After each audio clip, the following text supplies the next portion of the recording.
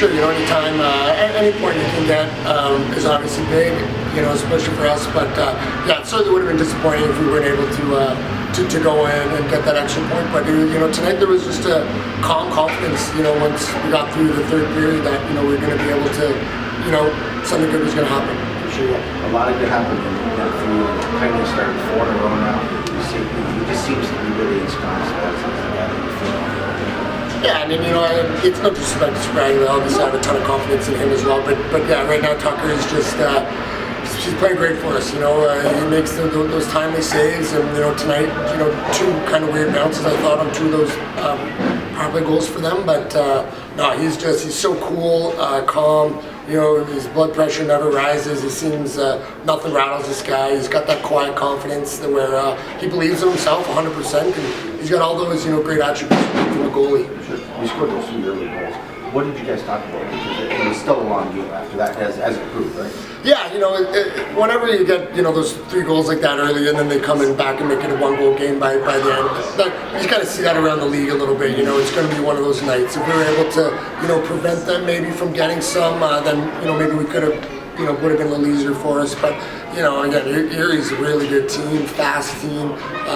Move the puck well and dangerous as well. So a ton of credit to the guys for being prepared to start the game, come out flying. A couple big power play goals get us rolling, and then they responded, and then it was a pretty tight game after that. For sure. Keto went out for I don't know. Right now it's a shoulder. I don't know. He's getting some X-rays, but he's in a lot of pain. And after looking at the hit, it wasn't a very good hit. But poor guy he's a warrior. He's a tough kid. He'll be back, but I think it's going to take some time. Akil, nothing he does really surprises you, but that shootout goal was something special.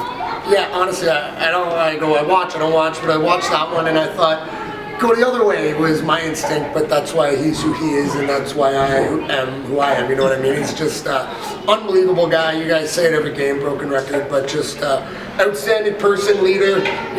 Everybody on this team cares, but no one cares more than him. Was there something that you pinpoint that got away from you being up 3 goals? Was there something that you saw in the game that kind of let them back in it, or? Yeah, well, like I said, you got to give these guys credit. They're a really good team over there. But defensive zone turnovers, neutral zone turnovers, that's really our biggest issue right now, I think, as a team. We had 9 defensive zone turnovers in the first period. That's just way too many. And good teams in this league, if you're turning the puck over, we call it the dead zone, top of circle to top of circle.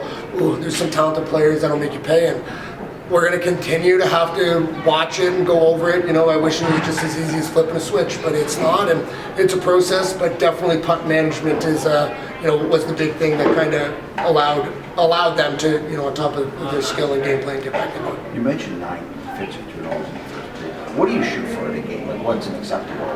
Well, I think 9 would be a good one for the whole game. You know what I mean? Things are going to happen, and you're going to have some turnovers. But if it's a battle at the blue line and it bounces on you, well, we can live with that.